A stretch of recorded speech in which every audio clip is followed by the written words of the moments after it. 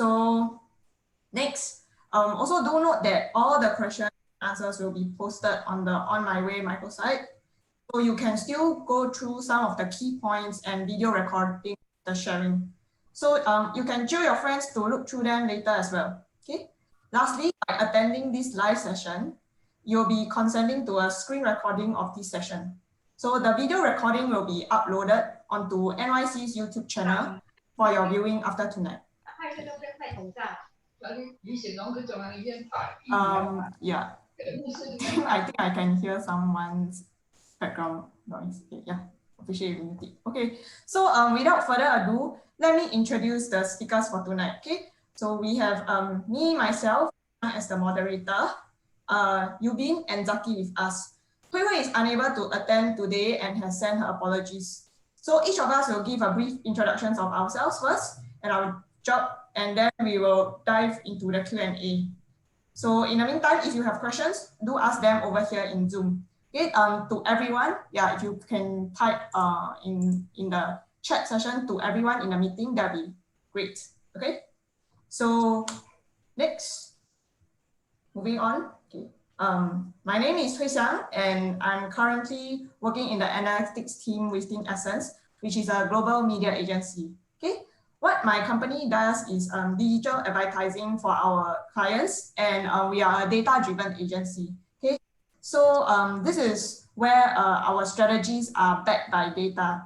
Okay, so in my role, I am in charge of building a data architecture that can help automate some of the more repetitive work and also enable advanced analytics.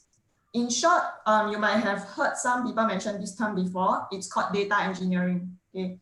And in more layman terms, my work is about helping to collect quality data in a more streamlined, automated manner. Yeah, because as you know, if we want to do any data science or data analytics, we need good quality data. So at the very upstream, we need to make sure that whatever we are collecting is cleaned and maintained properly. Yeah. So the goal of my work is to help make people's lives and I mean their work easier. So it's more of impacting the people in my organization itself. So I'm more of like a support role for my colleagues. Yeah. So all along, I enjoy problem solving and helping people. Okay, so this ties in with my interests, okay, what currently I'm doing now. And there are also some interesting facts about me on my work that you can find on this slide. Yeah. So now I will pass the time to Yubin to introduce himself. Hi everyone, I'm Yubin. Hi, so I'm a software engineer at Class Engineering, part of the robotics team. I've been doing robotics for coming to 6 years now. I guess I'm into robotics because I really like technology. Since young, I know I like to always figure out how things work, tear apart stuff, put them together again. And yeah, so my time in the robotics, this is emerging tech, right? So you get to actually go into places that are quite interesting, like in the image on the right there. I was actually doing a project with Changi Airport. So we were looking at how we can try to automate the process in airport operations. So you get to see things that you might not otherwise have access to. So that was very interesting for me. And I guess I was had a fortune to be in two startup. It was an interesting time. I learned a lot of things there, made a lot of friends there. So if you have any question about startup and interested to know, you can ask me. I'll try my best to answer. So yeah, so I guess I'll pass time to Zaki. Hey, thanks, Yubin. Hello, everyone. Good to see you all on a Friday night. Even I'm getting my days mixed up from working from home. Friday night, good to see. Thank you so much for spending the time together with us today. My name is Zaki. I'm actually a digital product manager in OCBC Bank. You may wonder, hey, Zaki, what's a product manager? It's basically someone that manages digital products. So basically, I look after the profit and loss. How are you able to sell the product better to customers? How do you convince people to buy, sell your product? So that, of course, as a bank, you collect more money, and at the end of the day, you get more bonuses back to you. So an interesting fact about me, I never touched IT before this. I actually graduated from SUTD with a degree in engineering product development. So if any of y'all are interested to know more about SUTD, please feel free to hit me up. It's a relatively new university, but I would say it's about 10 years. So not so new, but compared to the rest, it's pretty new. So if you have any questions about SUTD, feel free to talk to me. I use Java, C++, all those scripts. Not on a coding level perspective, but I understand the code because that's my job as a product manager to make sure that the codes that enter into the bank is clean. Three fun facts about me. I think you heard from Yubin and Hui Xiang. Their fun facts are very related to their work. So clearly they love their work really much. I do too. I shall stop at that. Three very weird facts about me. I love to go NTUC. I can go 10 times a day and I still don't get bored of it. Don't ask me why, but I think I just love getting out of the house. Second thing about me is I actually once created a WhatsApp group. Have you all heard of the Lazada /sale thing where you require 150 people to click on a particular link within like 10 seconds? Yeah, I used 2 days to WhatsApp each and every one of my friends personally and beg them to stay up at 12 midnight to do it. So if you want to know how do I make so many friends and lose so many in a single night, you can ask me that as well. And thirdly, I'm the kind of guy that hi Darren, hi. Yes, okay. I'm the kind of guy that if you go to a particular restaurant, you want to know which credit card will get you the best rebates, feel free to ask me. I'm not OCBC biased, I'm rewards biased. So I go for the best rewards. So OCBC might not have the best rewards, but I will squeeze each and every one of them to make sure that I get the best out of it. Miles, points, cashback, feel free to ask me. I'm the man to go. So thank you so much, Hui Xiang. Over back to you. Cool. Yeah. So now you know who to go to when you have questions relating to credit card. Okay. So as you have noticed, we all actually did different courses in university, but we all share a common interest in tech. So this shows that there's no one direct path into the industry. And we will now answer some of the questions posted to the panel over Padlet. Realize that there are 3 categories which the questions can be grouped under, namely getting there, how it is like, and going beyond. Yeah. So maybe just to kick off, Zaki, will we be able to shed some light on the first question, and maybe Yubin can help advise on internships and job training programs? Yeah, sure. Thanks, Hui Xiang. Hi, Emma. I realized that whenever I talk, someone will unmute and want to talk to me. Yeah, you all can private message me. I'm more than happy to make one more new friend tonight. So, okay, yeah, if you are not answering, just help me to mute. Thank you so much. Okay, so first question, how applicable was an IT degree diploma to the IT workforce? Clearly, you know, I wasn't from an IT background. And just a little bit about me, after I graduated, I was totally lost. I didn't know what to do. So the safest way is what? Of course, to take masters now. Correct? They always say masters is always the buying time of 2 years to make sure that you can still make up your mind. So before I wanted to take my masters, I did a research kind of job in NUS. Realized that research is not for me because I think you all can guess, I'm a very people kind of person. I cannot speak to computers, but I can speak to people really well. So clearly, I told myself, I'm not gonna be paid X amount of dollars to talk to a computer.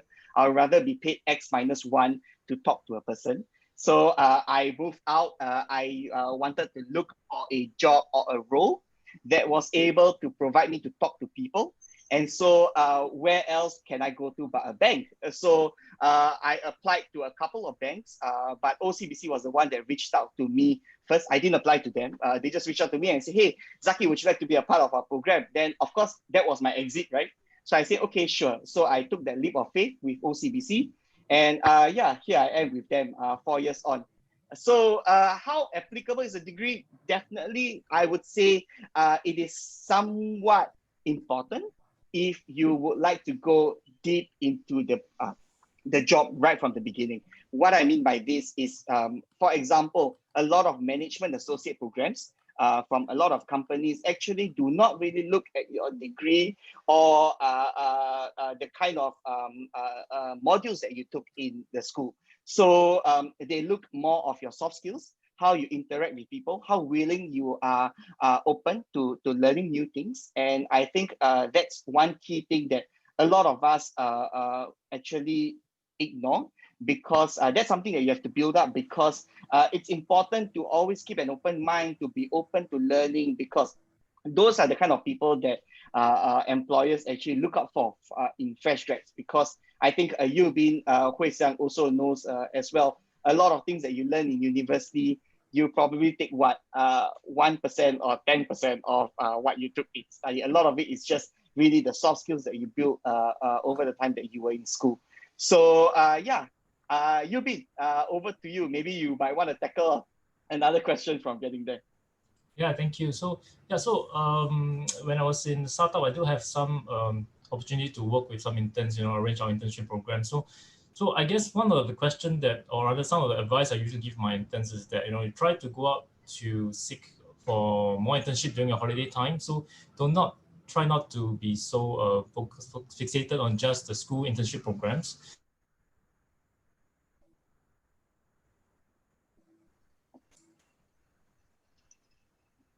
Oh no, Yubin? we lose Yubin. Oh no, we lost Yubin to the internship. I think he went for an internship. Yeah, he's coming back soon. Yeah. Yubin, hello.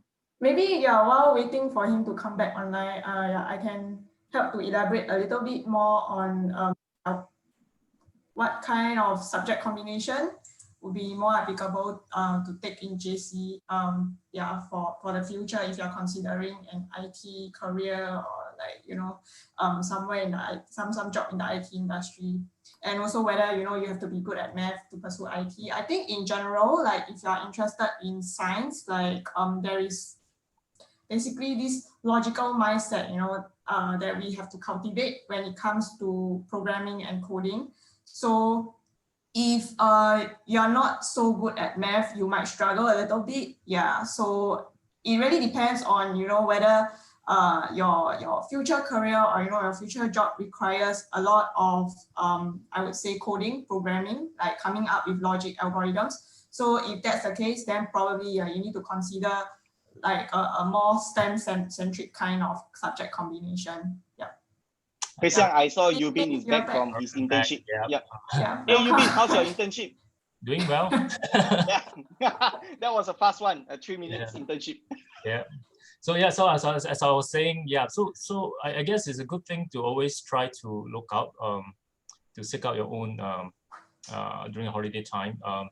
And one good thing is that, you get to explore areas of interest that you might have been thinking about. So usually for universities, I think like for NTU, NUS, you only have one internship session. So, you might not get a chance to try different things. So like during maybe your first year, second year, it's a good opportunity for you to try to go out and work in different areas that might interest you.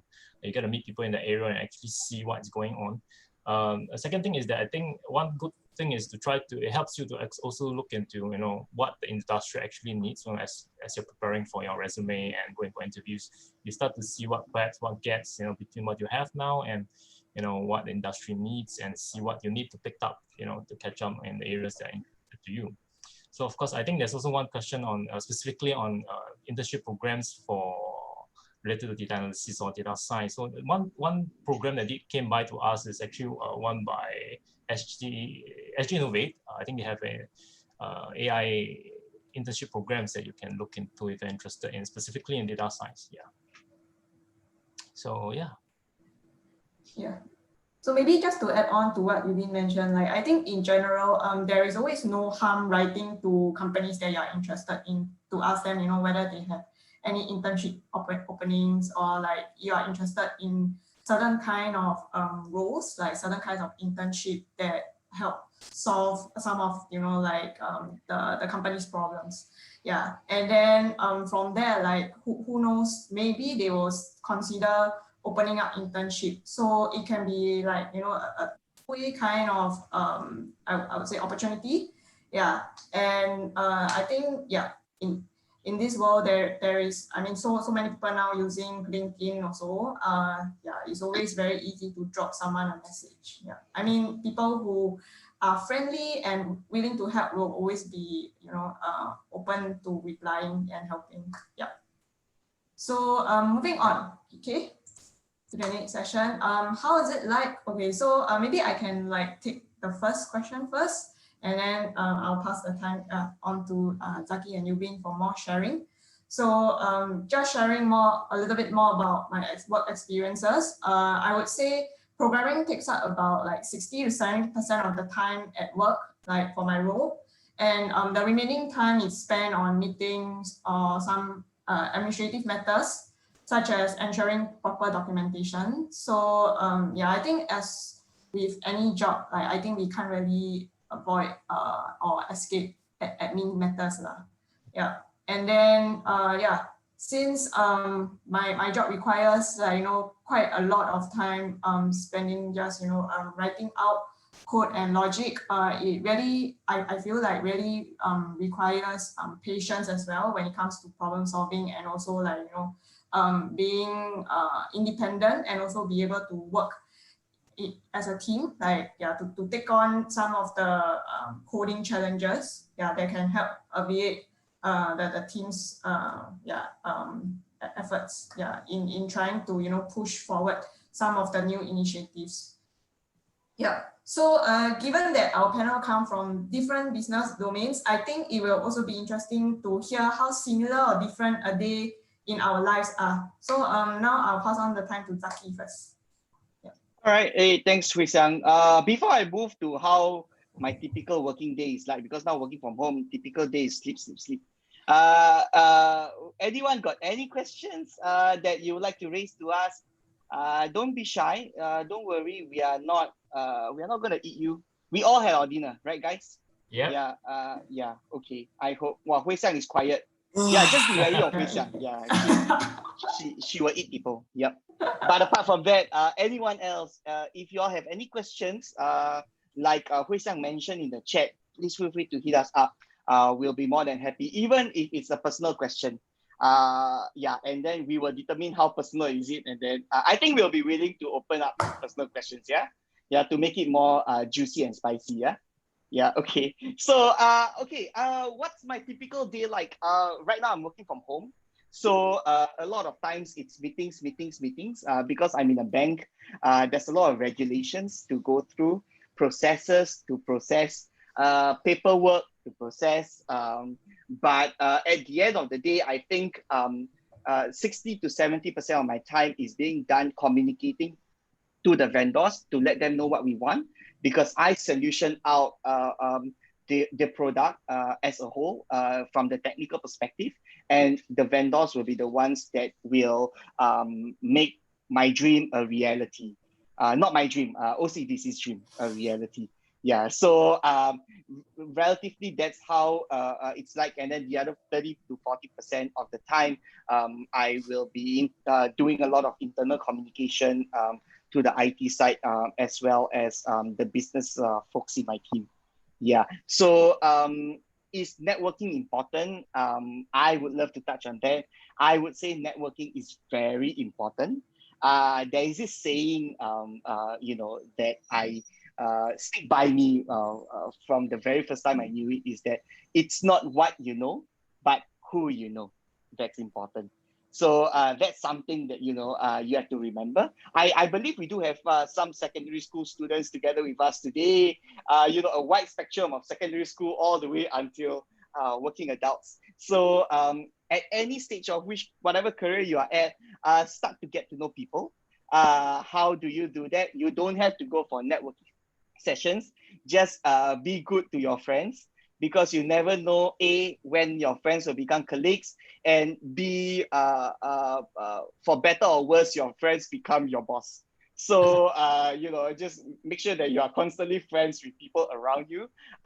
You don't have to make the purposeful impact to just network, but just be friends, just be casual, keep in touch. That's something that I think has brought us a long way. And definitely that's something to take note of. Yep. What do I like about my job? I love everything about my job. What's the salary range for my job? Um, yeah, it's good. It's comfortable. It's comfortable. Yeah, I would love to travel, but because COVID traveled around the world first before me. So yeah, let them travel first, and then I'll travel after him. Yeah, Yubin, what about you? Is there good work-life balance for your job? Yeah, I mean, currently now, with the COVID and all, we work from home. I usually depends on work. Because I'm working with robots, so I have to go and do testing. So usually I go when it's time to do a lot of testing work. We'll be in office working with machine. Yeah, so I do a lot of programming. So most of my days is spent, like Hui Xiang is doing programming. Then other than that, communication with teams. Try to figure out how to work on different problems. What we need. Yeah, and I guess one interesting thing, like what Zaki said, I totally agree that I think networking is important. Also, I'm like, for myself personally, when I'm in school, I'm kind of the more quiet guy.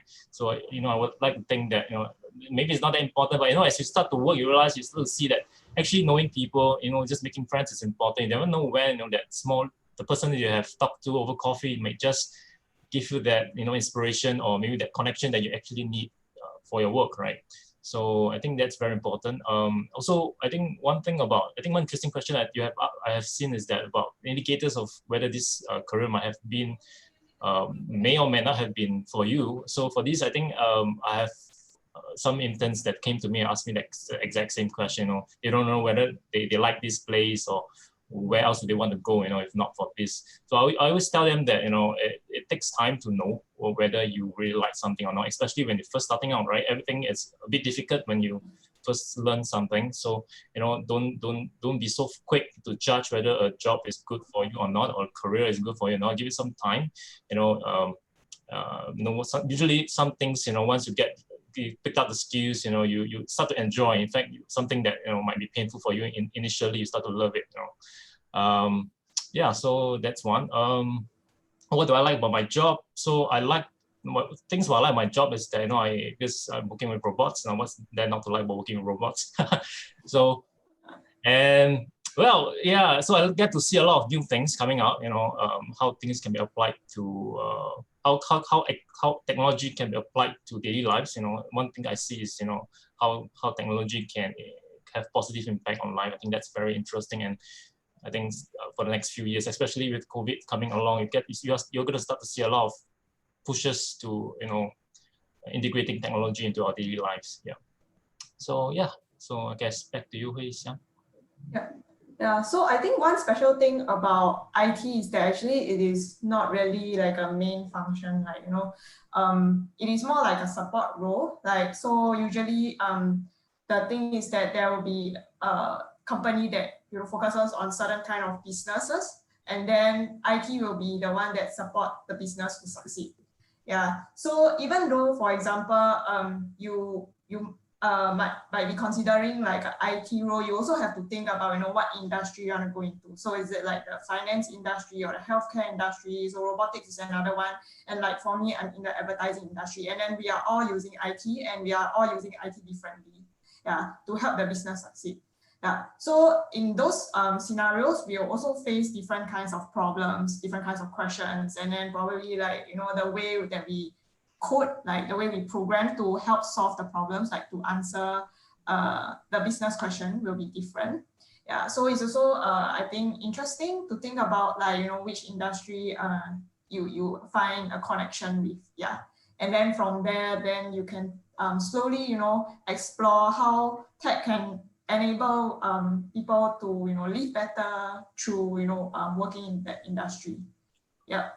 So I guess I see a question now on over chat, and it's directed to Zaki. So it seems like this question is about like which aspect of your work is related to IT.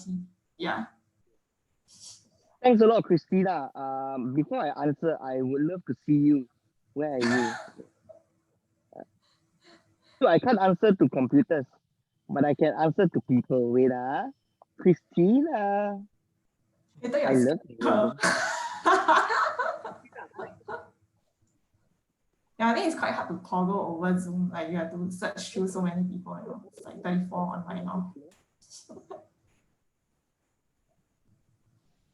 Christina, you may unmute yourself. Where are you at now, Christina? I don't wanna, I shy.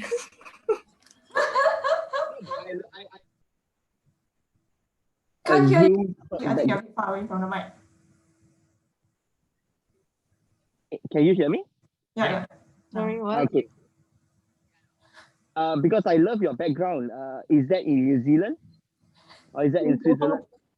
Oh, you don't know. Just Okay. a random background. I guess I like that's how we have the become. so I just random, yeah, it's a random picture, random nature in the mountains. Yeah. Background like. Sorry, can you say Are you? something? Can't hear you again, Zaki.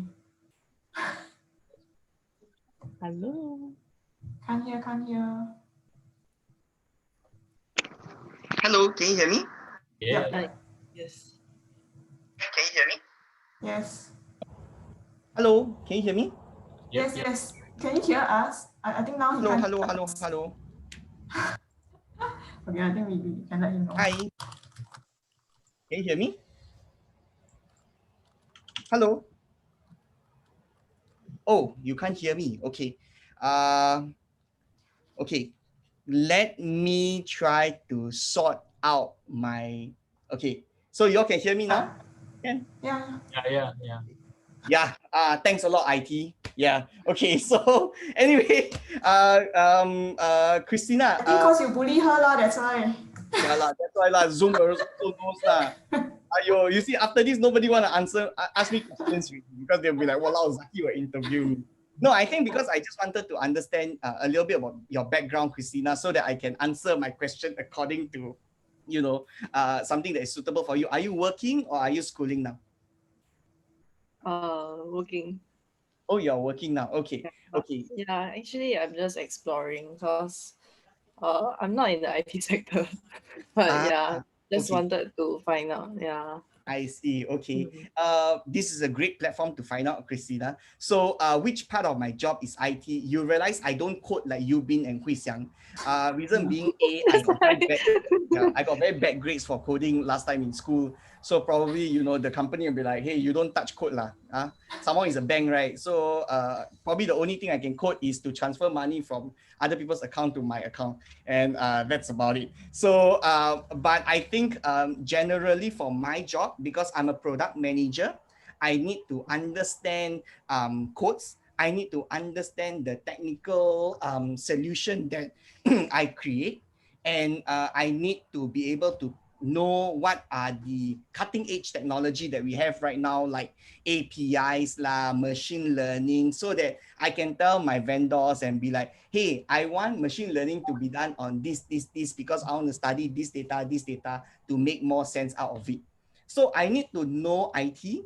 I need to be able to understand tech, but I don't have to code.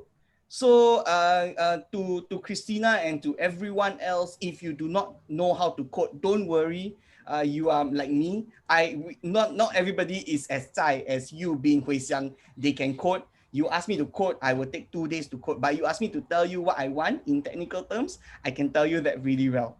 So just there are different people that support the different ways. So in general, that part of me is something that touches my work. That part of IT, not so much of the coding, more of the knowledge of IT itself.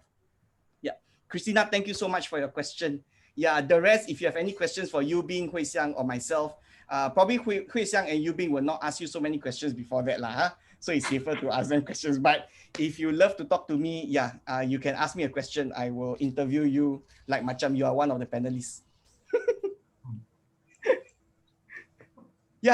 Anyway, before the question, Hui Xiang and Yubin, I'm just curious, how has COVID actually changed your job role? Because I think a lot of us knows that COVID is the main drive for digital transformation in a lot of companies, right? So, and you are at the core of the coding part, not me lah.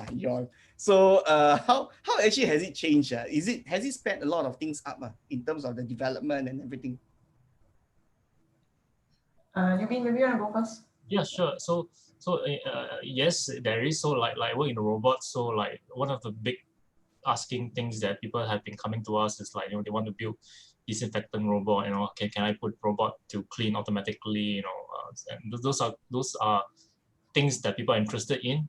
They start to see that because, in a lot of areas, it's quite hard to have people there because of the COVID situation. So they're looking at how we can use robot to replace certain aspect of the the operation. So indeed, so they do have a lot of people coming asking us things. So there's a lot of requests coming in, and more questions about how it can. So it does help to push things forward, because sometimes in the past they might not want to try new things because the risk might be a bit too high. So but now they see the benefits of that, so there are more requests coming in.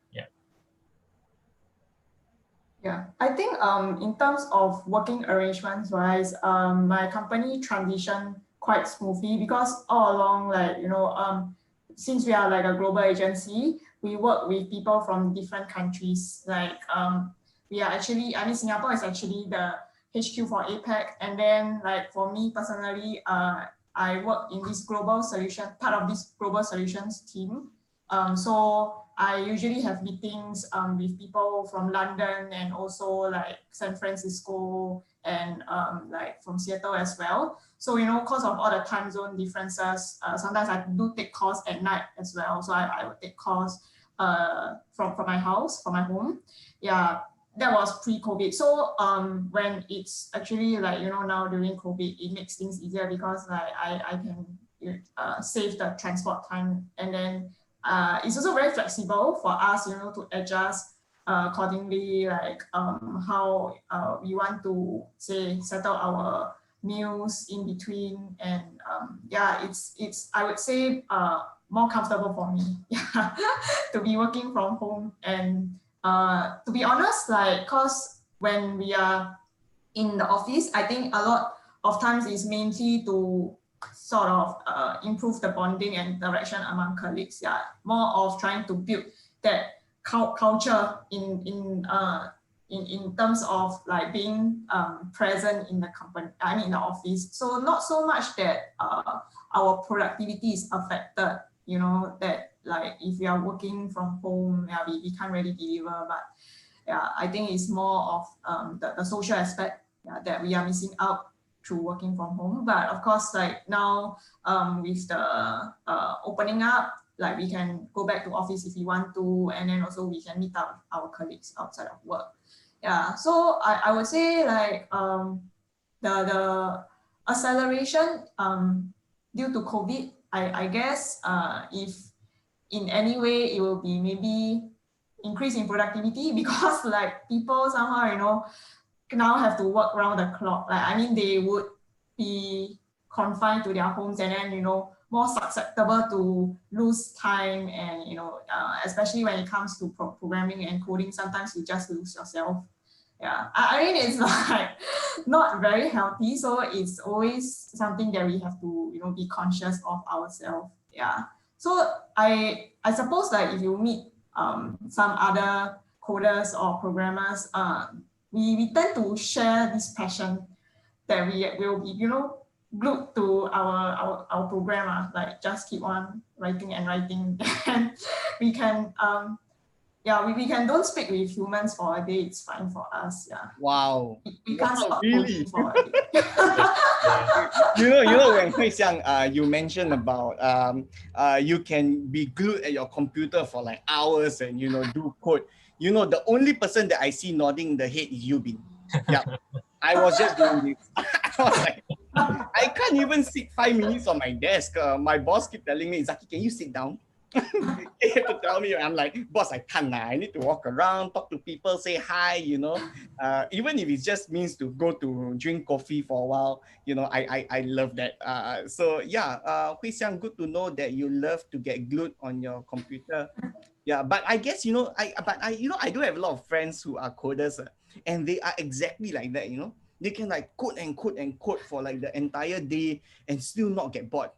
Yeah, I would probably smash my computer 5 times over, and yeah, still will not get the job done. Yeah, so I think like probably you heard a lot as well. There's this notion of job fit. Like, you know, not everyone is cut out for certain kinds of job. And yeah, certain jobs is only, you know, more suitable for certain personalities. So it's always good to know what you like or what you don't like. Yeah. And even if you see like other people really enjoy that kind of work, yeah, like I don't think I can do what Zaki is doing as well as what he is doing. Yeah. So yeah, we should play to our strengths. Yeah. Definitely, definitely. Yeah. Do you have any questions in the chat? No, No. don't have. Just Oh, one one more just pop up. So Oh. which resources do you use to learn and understand the different coding languages? Okay. I think this is applicable to all of us since Zaki also need to be able to understand code. Oh yeah, yeah. I was about to say, yeah, I cannot read code, but okay, yeah. Okay. Hey, go ahead. Yubin, which resource do you use? Stack Overflow? Well, Stack Overflow is like the go-to to, you know, the first problem, right? First source of information. So other than that, I guess, you know, nowadays there's a lot of online resources you can find online. You know, there's a lot of good open courseware you can go and read on that. Yeah. So books, I suppose some of the good ways is, you know, you go to the library, borrow a book on programming, and then, you know, you can learn from there. It's always a good place to start. Yeah. I guess maybe to add on a point is that I think like a lot of friends come to ask me, I want to start to be a programmer, you know, what language do I learn first and stuff. So I always tell them, you know, not to be too fixated on the language per se. Try to figure out what your interests are like. If you like to do website design, you know, then go pick up the language as related website design instead of just choosing one language and then you'll be tied to that thing. So like you like games, you know, to program games. So find out what language is used to program games. That's always a good way to pick up language. I would say that, you know, learning a programming language is like learning English, Chinese, Japanese. You know, it's just learning how to talk to computers, right? So it's same theory. Yeah. So usually, like for me, I follow articles on Medium from this publication called Towards Data Science. I think maybe some of you might have heard of it before. I think really in general, once you know you start searching for certain things on Google, then you get suggested a lot of the relevant articles, related articles again on your feed. Yeah, and I mean this is like what Google makes use of, you know, machine learning behind the algorithm to suggest things that you might be interested in. Yeah, Sounds like YouTube. Yeah. Oh yeah, so there's also actually a lot of tutorials that, you know, people actually create and then post them on YouTube. Yeah, so there are some good ones. I can't really remember the exact name. I think there's one something like Coding Dojo or something like that. Yeah, I think you can search a little bit on that. So I think in general, like just throw in the keywords that you're interested in, and then you will see a lot of relevant videos. Yeah, and then from there, I think that would be like one good starting point. Yeah. So there's like I guess many different ways of learning. So one is through listening, watching, and then some is through reading, some is through hands-on yourself, you can explore. Yeah. So I actually have a data science blog. Yeah. So now I sell my own oil.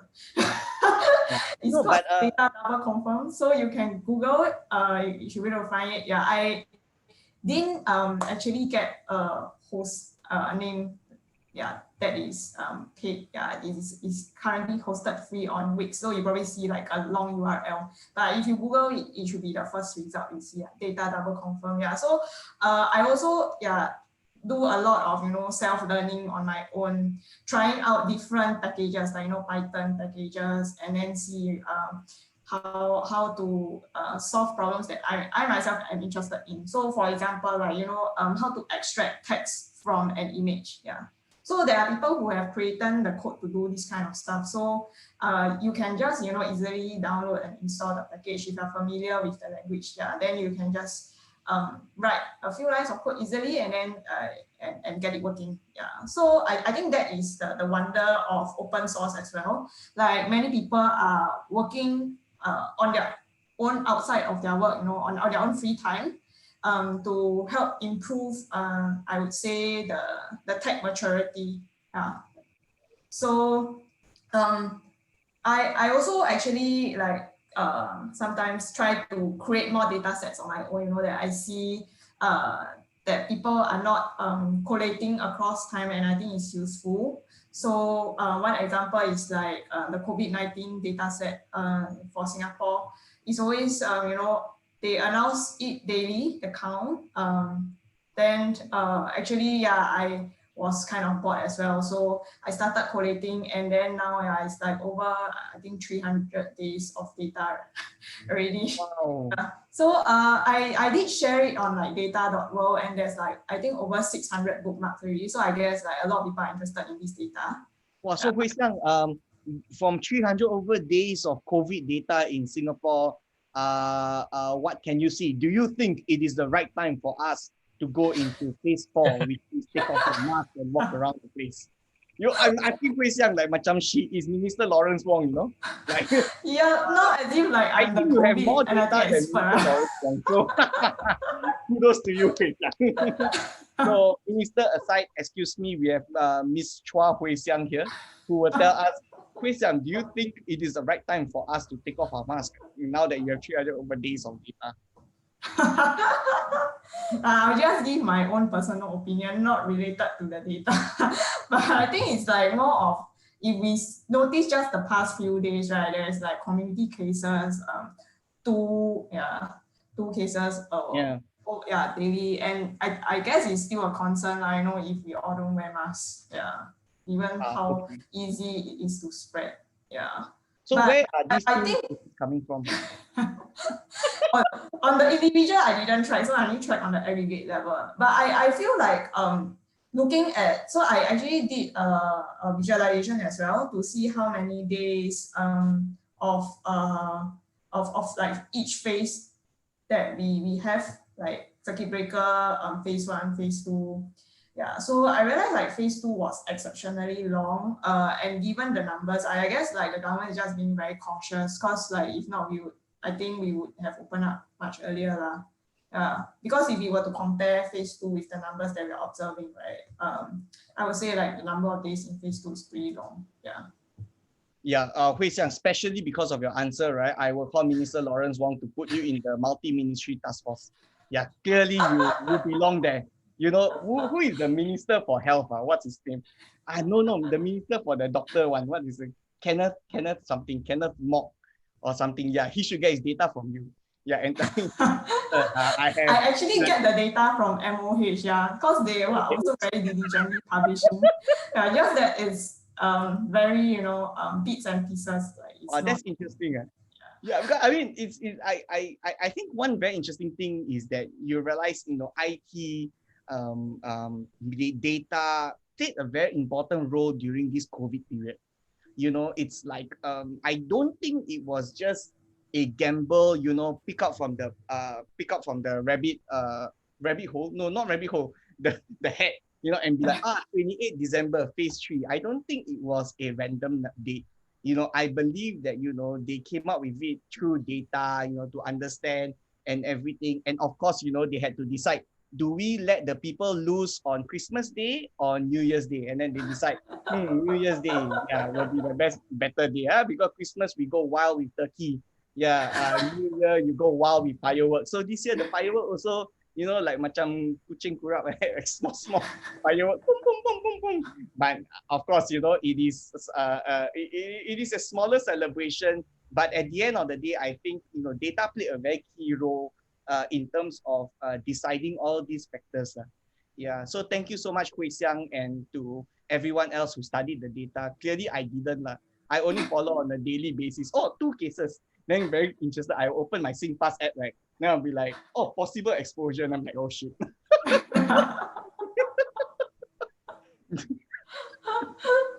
Okay, yeah. I'm sorry, I digress away. I don't love COVID, but I love the conversation about COVID and how it actually changed our lives.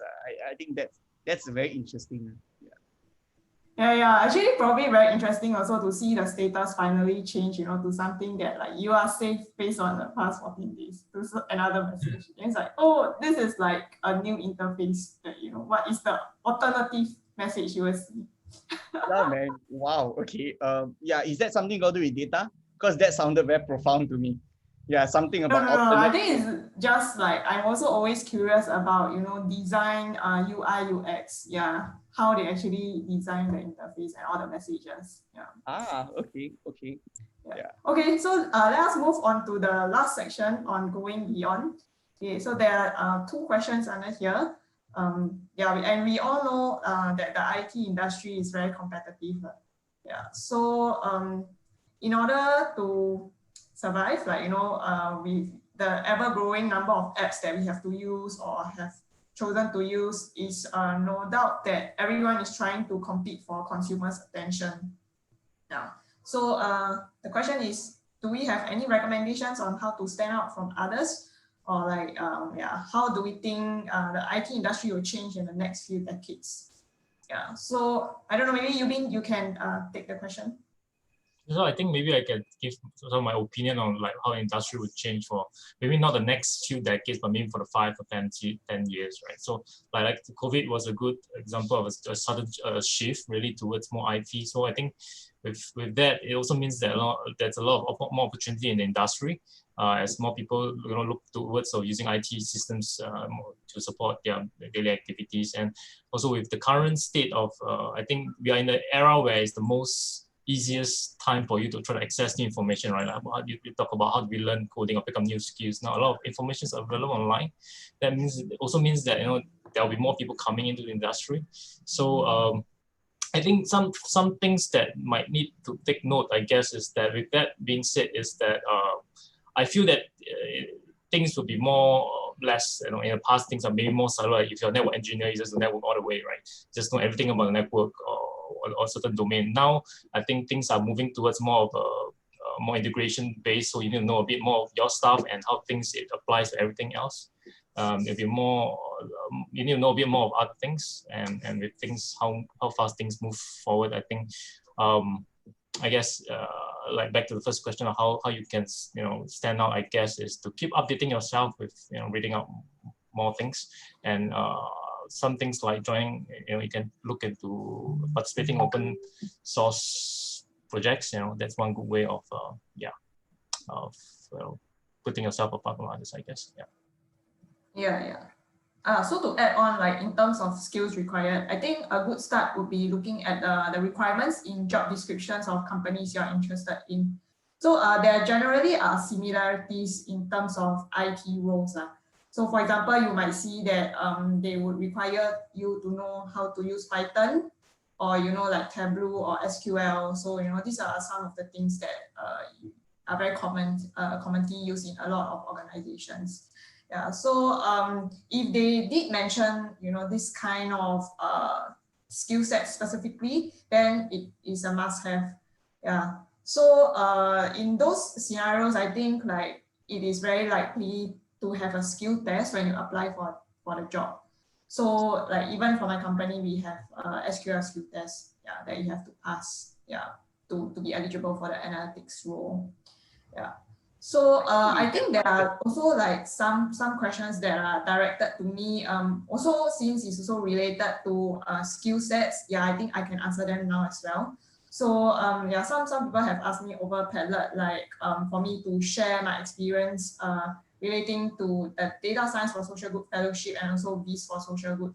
So in terms of the Data Science for Social Good Fellowship, it is actually open to, I would say, people with more academic experience. Like typically the background will be more of like the master's or PhD kind of background. So currently also due to COVID, it is being paused, and then the organization running this fellowship, they actually did something special for the last year. They established a platform called Solve for Good. So basically there are different projects that require manpower in terms of data science skills, where they look for volunteers with the specific skill set. So depending on the organization, some might be more focused in geospatial analysis, some more focused on healthcare kind of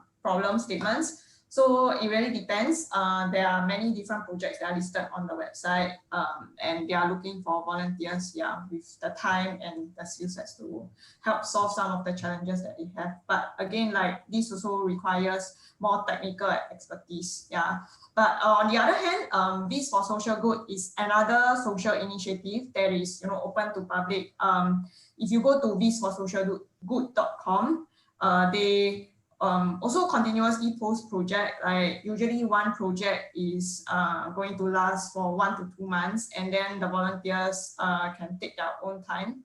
So it's like you can maybe allocate yourself, some time each week to complete certain parts of the visualization that you have in mind. So they will post the data set there and the problem statement there, and then the ultimate goal is to develop a visualization. So this initiative is very popular, or very well known among the Tableau community. And also if you are a student, there is free Tableau license, for students. So all the more like there is opportunity for you all to play around, using the software. And then mainly, I think why this is also a lower hanging fruit for people without technical expertise is that if you were to use Tableau, there is many, I would say, user-friendly features that can be used easily to build charts. I think also like there are a lot of other, I would say, alternative visualization software such as Power BI. If you're familiar, you can also use those to build dashboards or charts. So the main idea is to build up storytelling skills in addition to data visualization skills. So this is also something that is very huge. I mean, it's very well sorted after data visualization skills. So a more relevant kind of job description might be business analyst. So in this in this projects, right, you don't need to know how to code. You just need to know how to develop questions, like be more critical in terms of like what the data set can answer. And then help think of like a story flow, and also what are the insights that you can gain, and then what recommendations you can develop based on the insights. So again, I think a good starting point will be Biz for Social Good, because like as with data science or data analytics, we all start from looking at the data, like understanding trends and patterns in the data. So before we deploy any algorithm, relating to data science, then we will need to understand the data, the trends itself first, in the data that we collect, relating to certain population, for example. So for example, like the epidemic control, like, how, if you notice, they say what, spread the curve or lower the curve, something like that. Flatten the curve. What do you mean spread the curve? I don't want COVID to spread. Stretch the curve. Flatten the curve. Flatten the curve, I forgot the exact term. So all this is based on modeling.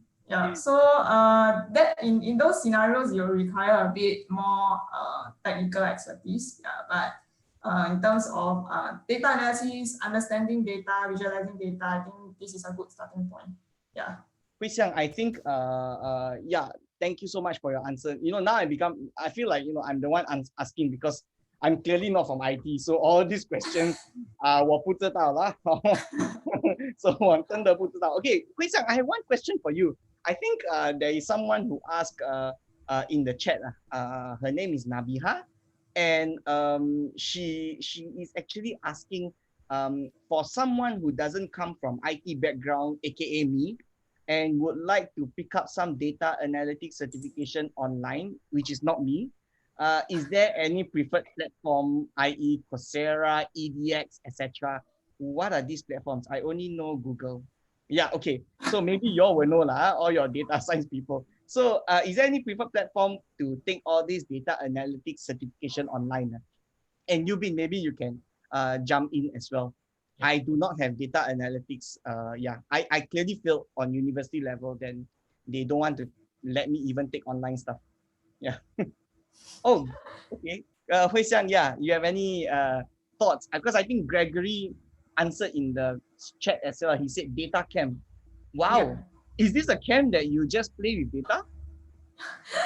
This is a website data camp called data camp. Yeah. Oh, now I sound like a It bimbo. includes a Okay, I'm lot of sorry. free courses. I mean, free and paid courses. Yeah. So I think it really depends on companies. Yeah, like case by case basis. Like at least for my company, we are not so particular in terms of like which platform the certification comes from. It's more of like ultimately when we shortlist, there is the skill test criteria that we look at. So if I guess for us, if you have a certification, then you can probably qualify onto the skill test stage. So that would be a good chance, like at least you get past one stage. Yeah. Oh, okay. Okay, that's Yeah. Maybe for you, Bin, you can share your experience Yeah. as well. Yeah, so I guess it's pretty much similar. So we typically, I think it's a good sign. So when you go through resume, it's a good sign we see that you have taken some courses on related subjects. So we know that you have some experience, you have some knowledge. Then we go on to the test or interview to further question you on what you know, and based on that, then you decide whether you're suitable for the role. Yeah. Okay. Actually, I'm curious. Maybe the question will be to the both of you as well, and anyone else in the participant list, because clearly I'm a noob in this. Every time I go into LinkedIn, and then I always see that that message by a lot of people. We say, oh, I've completed Google. Da, da, da, da, da, da. Oh, I've completed this course online. Join me at da, da, da, da, da, da, da. Yeah, are those actually valid certs? Or are they bots, or we shouldn't even waste our time on those kind of courses? I think LinkedIn got quite a number of those kind of courses. So thoughts, or should we skip? Should we stick to the more I would say, for a lack of better word, legit website like data camps, Coursera, EDX, etc. Yeah, so actually got, I think, quite a number of what you see on LinkedIn certificates from these websites from these platforms. So I guess the people are very happy when they finally completed, because it might be like a 3-month long thing, so they feel like a sense of achievement, and then they want to share it, or like if they feel like the course is really good, and then they want to share it. I see. Okay. Oh, that's interesting to note. Yeah, because honestly, just between the 35 of us, please.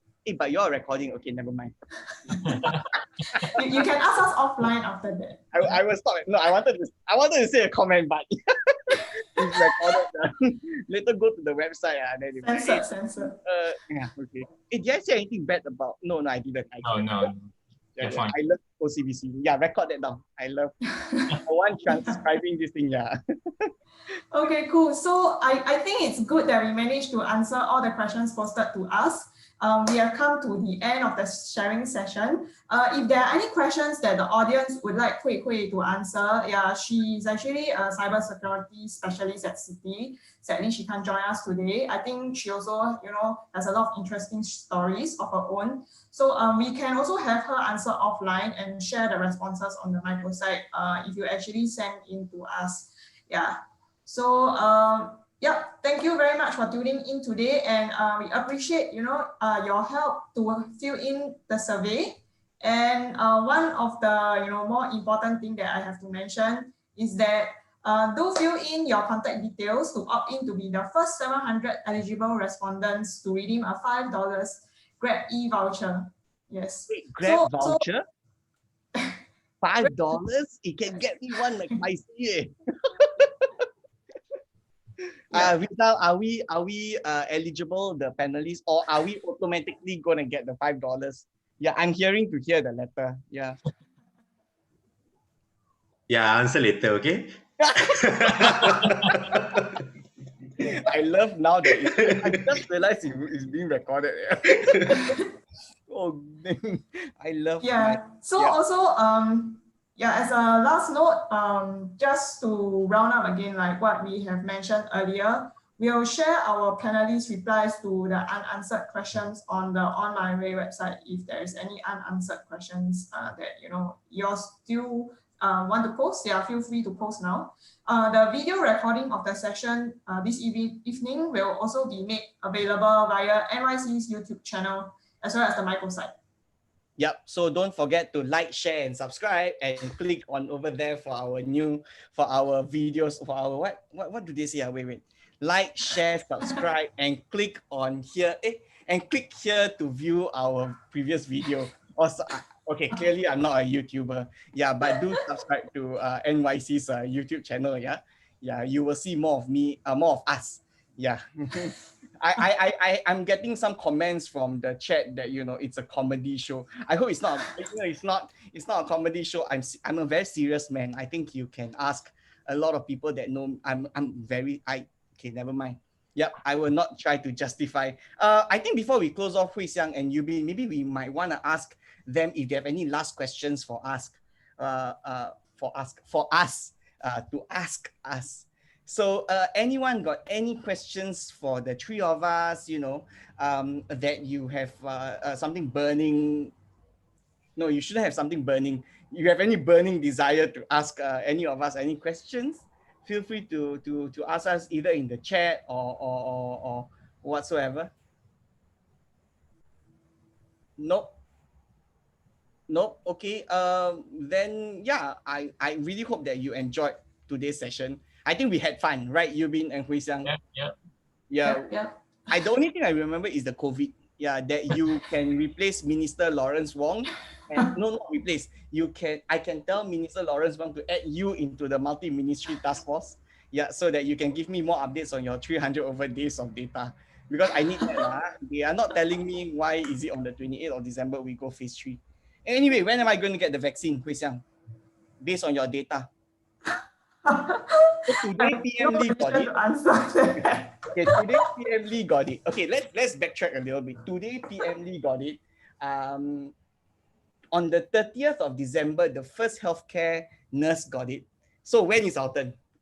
Considering that I am this year 30, wow, I'm so old. 30 years, no, I'm 18 this year. When will I be able to get my vaccine, Hui Xiang? Yeah, probably Yubin and I need to write a code. Yeah. And then Yubin can create a robot, right? We need to test first. Yubin can create a robot to inject the vaccine into me, because I saw this meme today, right? Of a picture of PM Lee getting the vaccination by the nurse, and then after that, I'm sorry, guys, it's sidetracked a little bit, but so I saw a picture of PM Lee getting vaccinated by this nurse. Then after that, the caption for the photo was the most stressful job ever. Then after that, the girl's face, right? They zoom into the nurse face, right? And the nurse, the caption was, "Please help me, please help me, please help me." I mean, if you are vaccinating the Prime Minister of Singapore, you definitely want to hit the right vessel, man. Yeah. I can't come up with any pun for that. I'm sorry. Come up with yeah. So anyway, Hui Xiang, thank you. Thanks a lot. Anyway, everyone, thank you so much for today. Yeah, it has been really, really fun. Do we have a group photo that we are gonna take together? Nope. Okay, no group. Okay, I'll take a photo of myself. One. Okay. Yeah. Thank you, everyone. Yeah. So feel free to leave after you have completed the survey. Yeah. Else you can continue to listen to Zaki's talk show channel. I should have a podcast, man. I think I should quit the bank and then start a podcast channel. What do y'all think? Will y'all subscribe? Yeah. Like, share, subscribe, and click over here for our previous videos, and ring the notification bell. Yeah, if you want to know more videos coming from me. Thank you so much, everyone. I hope to see y'all soon. Have a good night. Have a good weekend. Yep. Thank you. Thank you.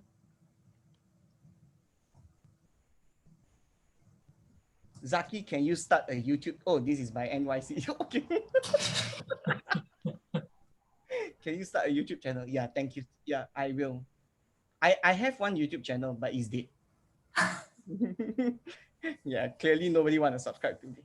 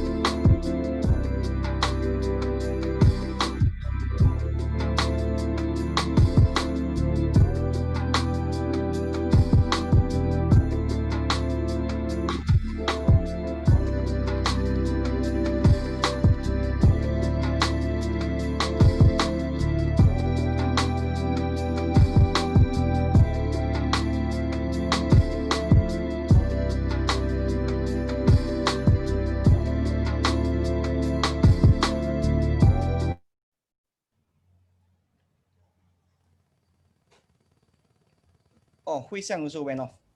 Oh, I think she went to take drink. Oh, she PM you. I think she's like, I'm so done. Okay, guys, let's wait for her to come back lah. Then we just do a short debrief. Alright. Okay lah. Today the numbers are not so bad. It's much better than the previous one, but I Which think one? The attrition. engineering. Yeah, but I think the attrition rate is still quite high because the number of sign up was 55.